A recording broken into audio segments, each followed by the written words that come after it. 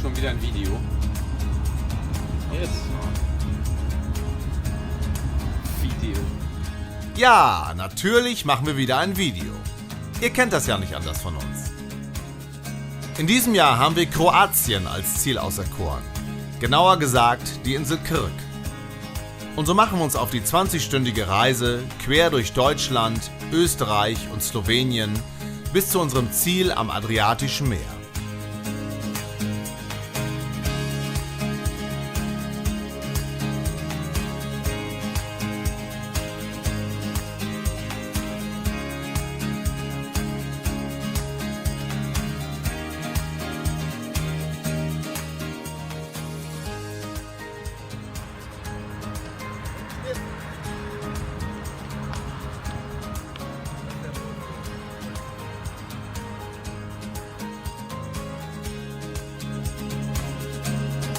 Schließlich erreichen wir die Kvarner Bucht und überfahren die Brücke, die das Festland mit der Insel Krk verbindet.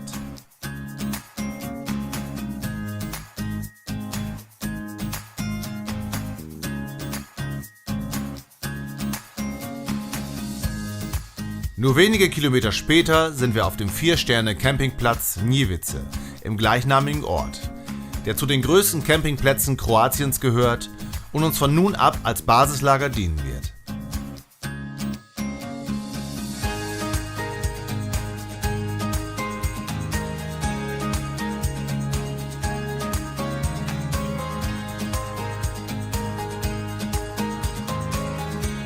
Unsere beiden Stellplätze liegen direkt in erster Reihe zum tollen Kiesstrand und mit einem wunderschönen Blick auf die herrlich blaue Adria.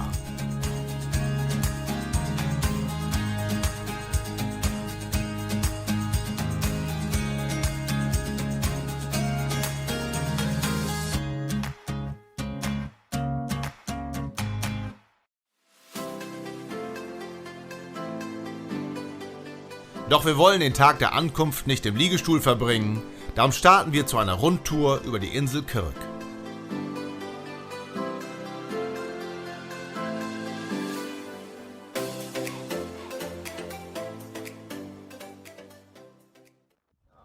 Und dann erste Aufnahme hier, erster Take in Kroatien. Noch besseres Wetter als zu Hause, was da schon fast gar nicht mehr ging. Ne? Und ein noch besserer Campingplatz, aber die Aufnahmen kommen noch später. Ich würde sagen, wir fahren erstmal weiter. Es ist ein Traum. Ein Traum. Kannst du bestätigen? So ist es. Ja.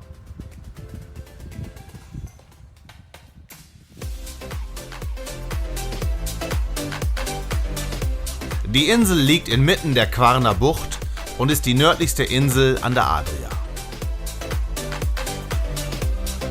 Auf der Insel Krk herrscht ein mildes Mediterranklima, was einer günstigen geografischen Lage zu verdanken ist. Einerseits findet man pittoreske Buchten, fruchtbare Felder und dichte Wälder, andererseits steinige und baumlose Karst- und Berglandschaften. Über eine landschaftlich spektakuläre Bergabfahrt erreichen wir den Ort Punat und nehmen dort in einem Restaurant einen kleinen Imbiss zu uns.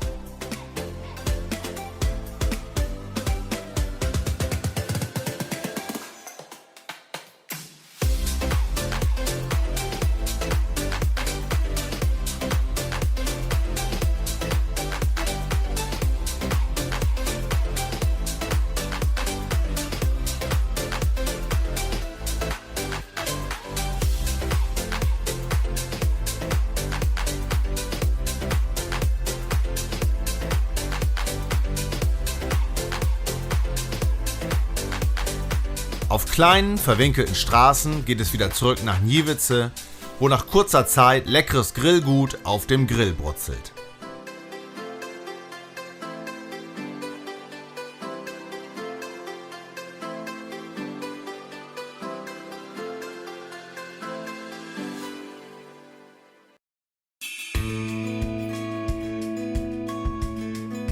Nachdem der Smoothie ein leichtes Frühstück serviert hat, starten wir zur heutigen Tagestour auf die Insel Cres.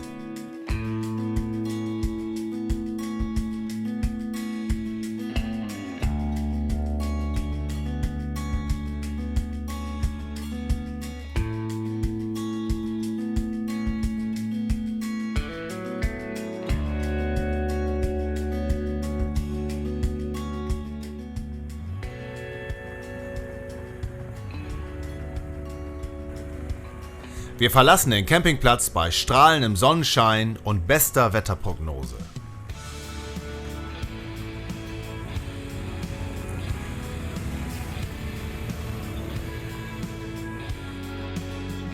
Nach kurzer Zeit erreichen wir den kleinen Fährhafen, von dem wir auf die Insel Cres übersetzen wollen. Nachdem Jürgen Heinz die Tickets käuflich erstanden hat, rollen wir entspannt auf die Fähre.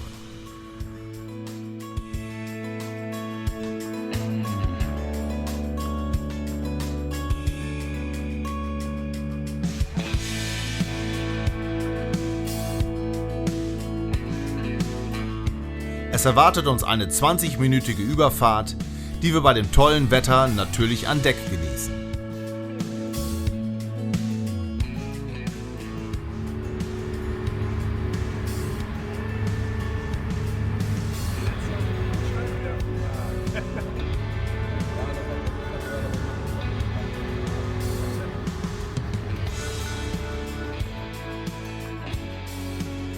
Auf Cres bewegen wir unsere Bikes zunächst in Richtung Norden, weil wir uns das Bergdorf Beli einmal genauer ansehen wollen.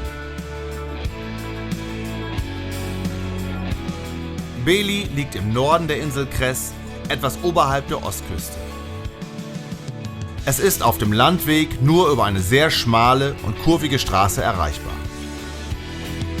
Der Ort ist das einzige noch bewohnte Dorf in dieser Gegend und liegt auf einem mehrere hundert Meter hoch gelegenen Karstplateau.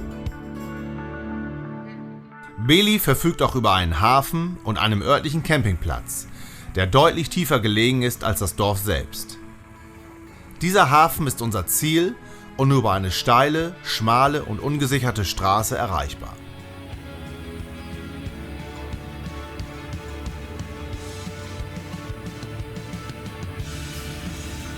Unten angekommen bestellen wir uns einen Kaffee und ein dunkles amerikanisches Erfrischungsgetränk.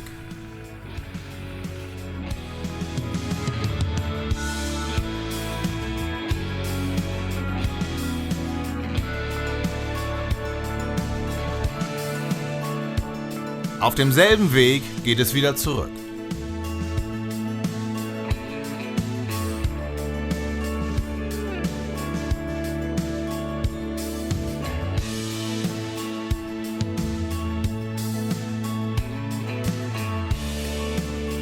Wir passieren die Stadt Cres und machen uns auf den Weg in den Süden der Insel.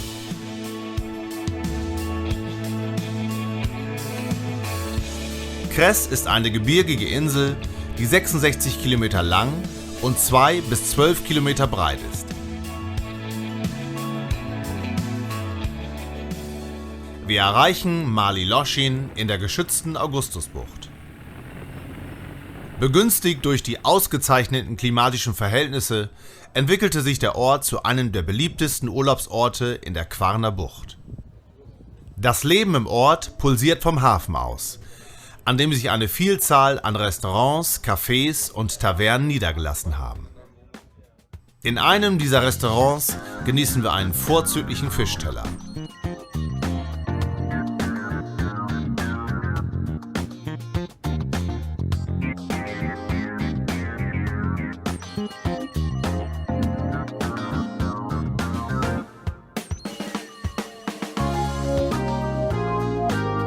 Kurz nach dem Ortsausgang von Mali Loschin sehen wir einen kleinen Kiesstrand. Kurzerhand tauschen wir die Motorradkleidung gegen unsere Badehosen und stürzen uns ins kühlende Nass. Bisschen am Abwägen, die coolen Biker schwimmen im Wasser, stehen wir und quatschen wie die Kaffeetannen, aber egal.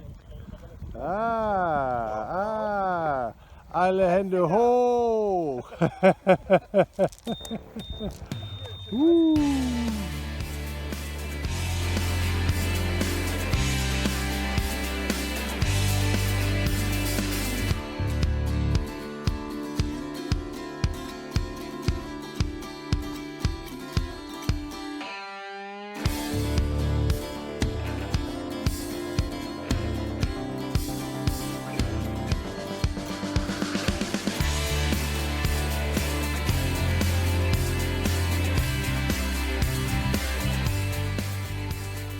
Mit der Fähre setzen wir wieder nach Kirk über.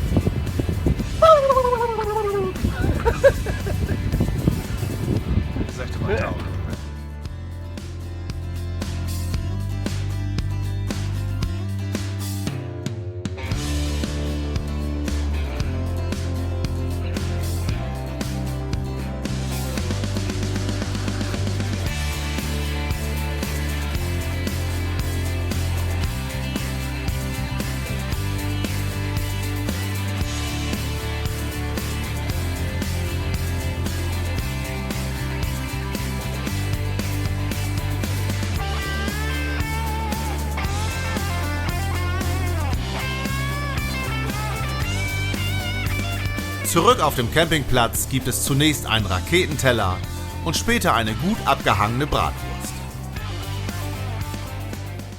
Guck, da ist ein Nuki, ne? Beim Einrödeln, ne? Das ist schöne Cut. Ah, ist ja schön, ne? Wir freuen uns. Guck mal. Der Rudelführer. Bei dem Blick, ne? Schwenken, schwenken. Das ist nicht schön. Ein Traum. Heute starten wir zu einer 3-tägigen Rundtour, auf der wir in vorab gebuchten Apartments übernachten werden. Dazu verlassen wir heute die Küstenregion, um durch das Landesinnere zu den Plitvicer Seen zu fahren.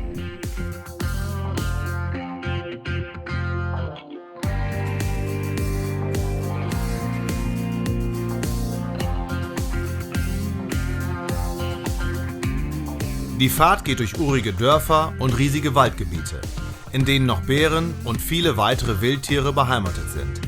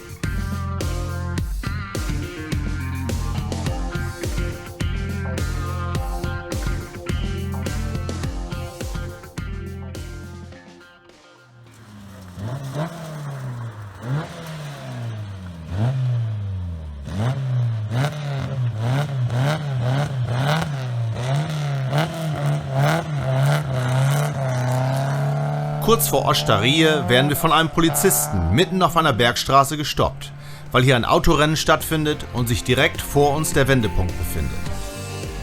Und so heißt es Motorräder abstellen und warten. Nach gut einer Stunde wird die Strecke wieder freigegeben.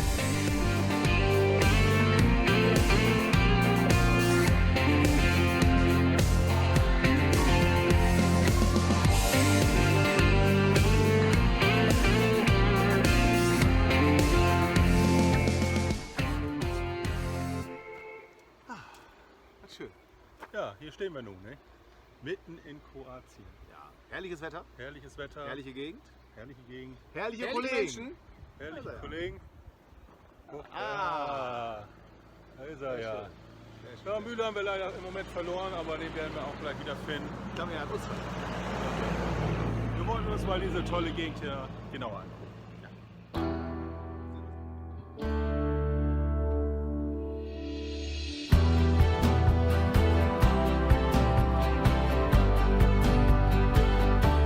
Wir erreichen unsere Ferienwohnung in der Nähe der Plitvicer Seen und gönnen uns zunächst eine erfrischende Dusche.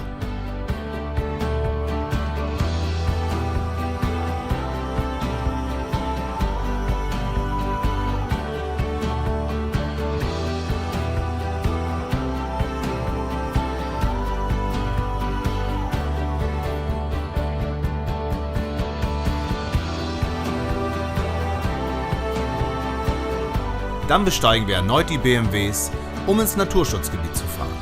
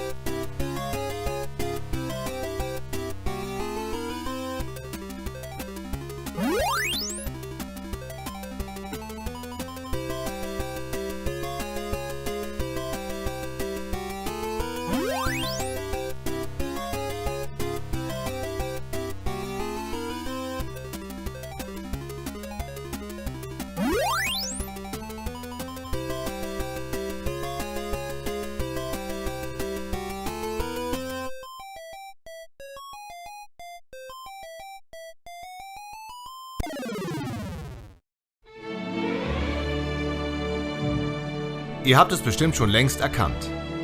Hier an den Plitvicer Seen wurden Szenen diverser Karl-May-Verfilmungen, unter anderem Der Schatz im Silbersee, gedreht.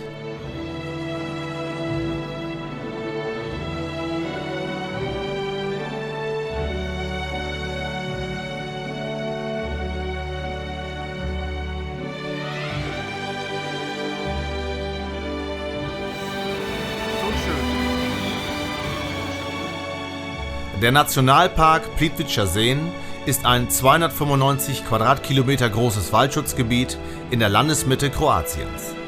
Er ist für seine 16 kaskadenförmig angeordneten Seen bekannt, die durch Wasserfälle miteinander verbunden sind und sich in eine Kalksteinschlucht hinein erstrecken. Mehrere Spazier- und Wanderwege verlaufen am Ufer entlang oder quer über das Wasser. Hierfür sollte man sich mindestens 2 bis 3 Stunden Zeit nehmen.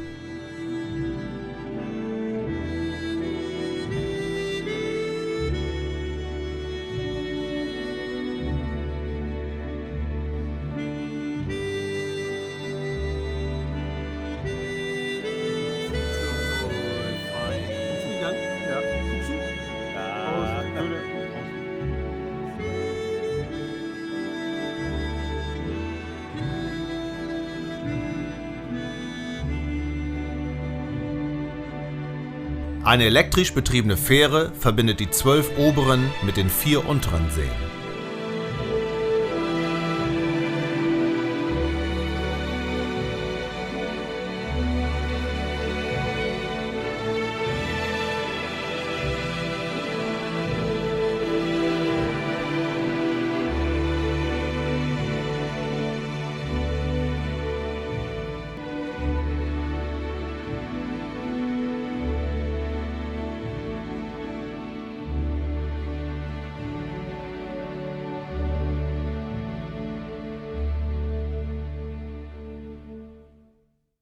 Die Sonne lacht und so nehmen wir unser kleines Frühstück an einem kleinen, idyllischen Bach ein, direkt vor der Tür unseres Ferienhauses.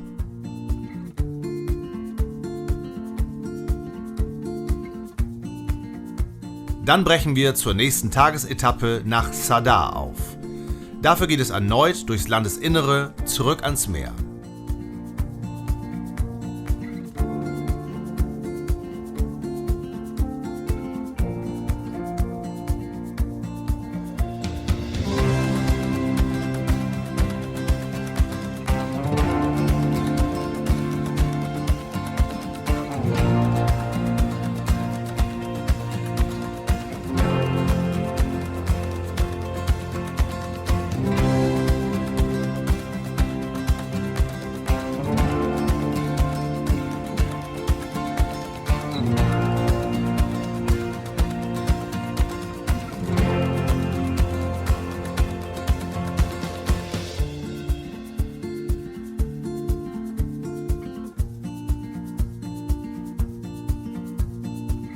Erneut durchfahren wir kroatische Dörfer und endlose, kurvige Waldpisten.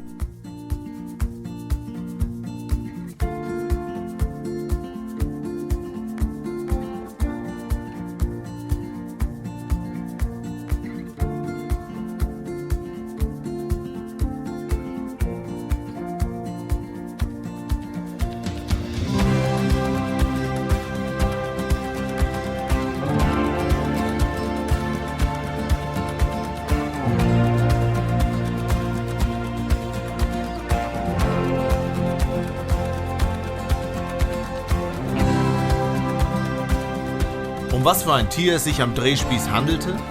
Da waren wir uns nicht ganz sicher und tippten mal auf eine Ziege. Mehr Sorgen macht uns aber das herannahende Gewitter. Das erwischt uns auch wenige Kilometer später mit voller Wucht, doch in Zadar ist der Regenzauber dann wieder vorbei. Unser gebuchtes Apartment mitten in Zadar entpuppt sich als echter Glücksgriff.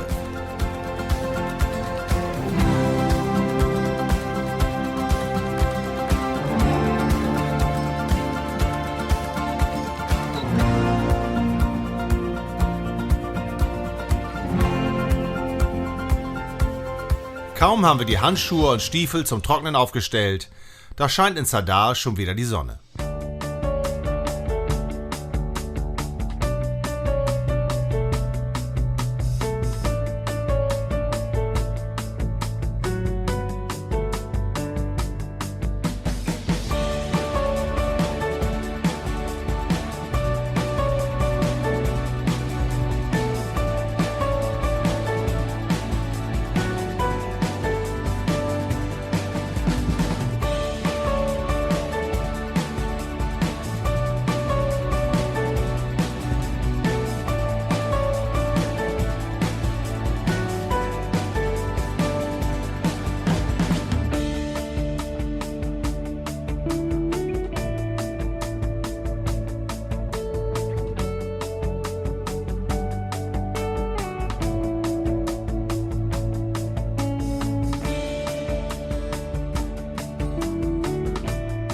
Wir machen zunächst einen Streifzug durch die Altstadt und löschen unseren Durst in einem Lokal mit Bier und Slivovitz.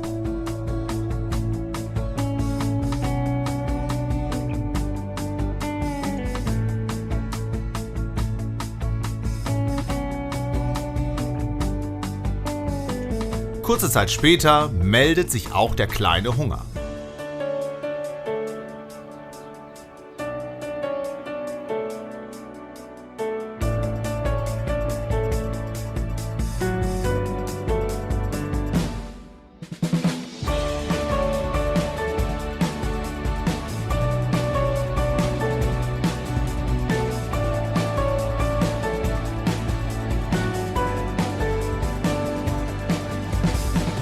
Wie viele andere Touristen und Einheimische beenden wir den Abend an der berühmten Wasserorgel von Zadar und beobachten die Sonne beim Versinken in der blauen Adria.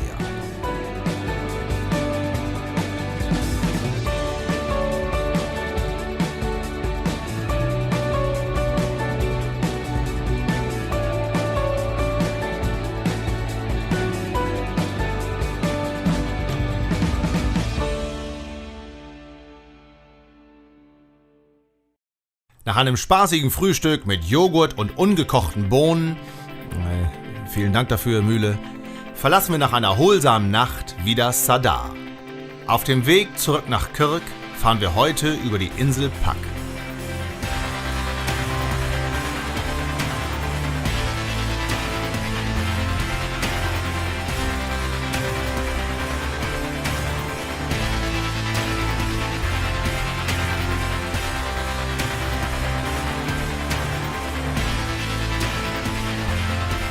Die Insel Pak ist für ihre karge, mondartige Landschaft bekannt, die den besonderen Reiz dieser Insel ausmacht.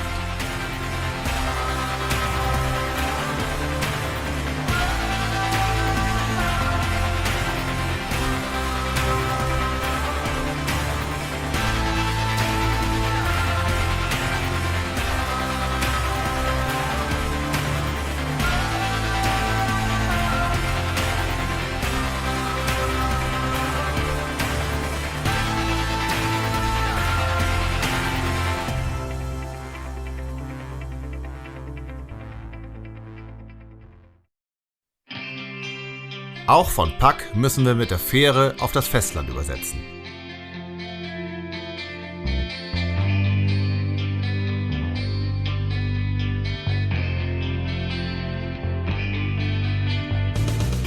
Drüben angekommen, überwinden wir über zahlreiche Serpentinen einige hundert Höhenmeter, um erneut ins Gebirge zu kommen.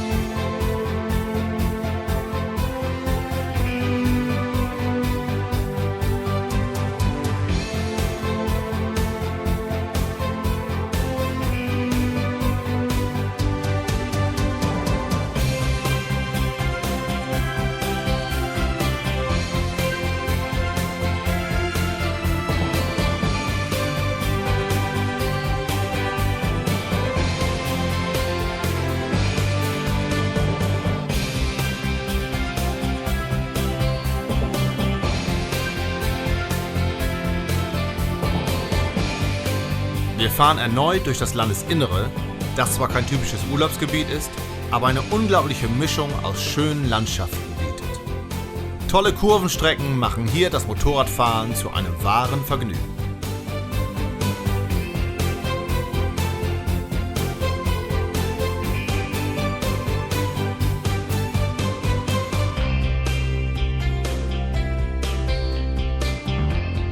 Das kroatische Hinterland präsentiert sich fernab vom großen Tourismusaufkommen noch sehr viel authentischer und eben typisch kroatisch.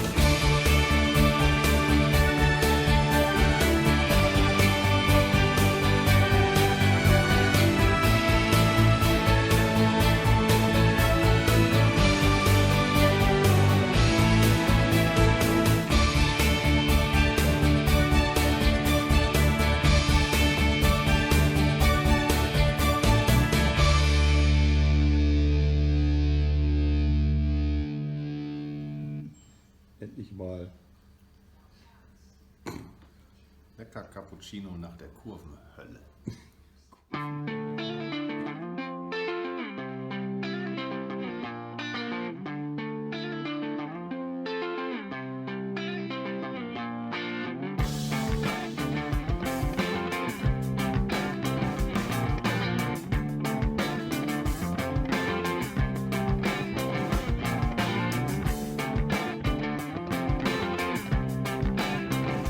Wir erreichen wieder die Küste und legen die letzten Kilometer auf der Jadranska Magistrala, der adriatischen Küstenstraße, zurück.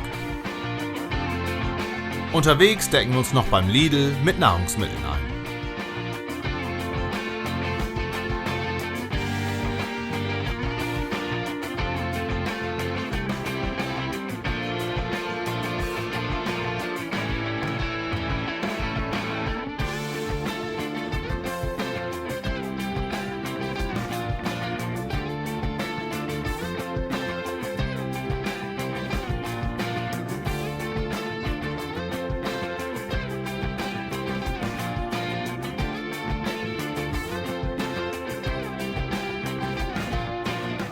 Dann fahren wir erneut über die beeindruckende Brücke, die das Festland mit der Insel Krk verbindet. Sie wurde 1980 nach 4-jähriger Bauzeit eröffnet.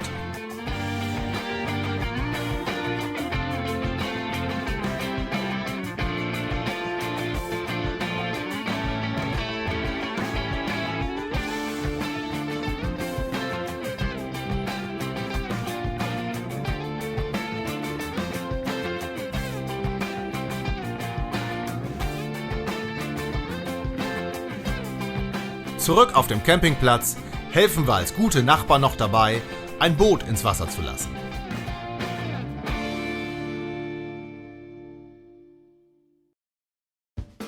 Frühstücken direkt am Wasser bei herrlichem Sonnenschein. Daran könnte man sich gewöhnen. Doch leider bricht für uns heute der letzte Motorradtag an.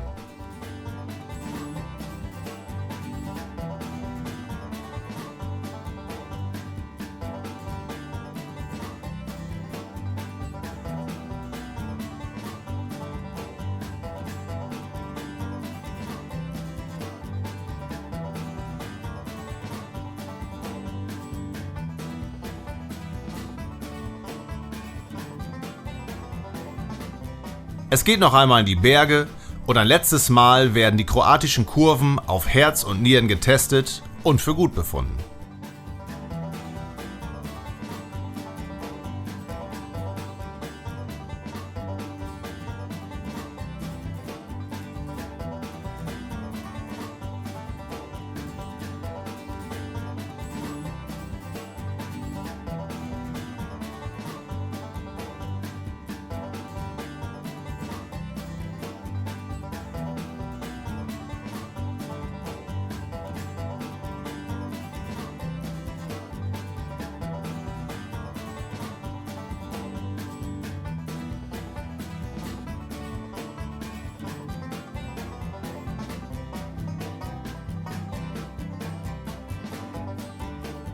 Ein letztes Abendessen, bevor es am nächsten Morgen zurück nach Deutschland geht. Uns hat es prima gefallen. Auf Wiedersehen, Kroatien. Do viđenja.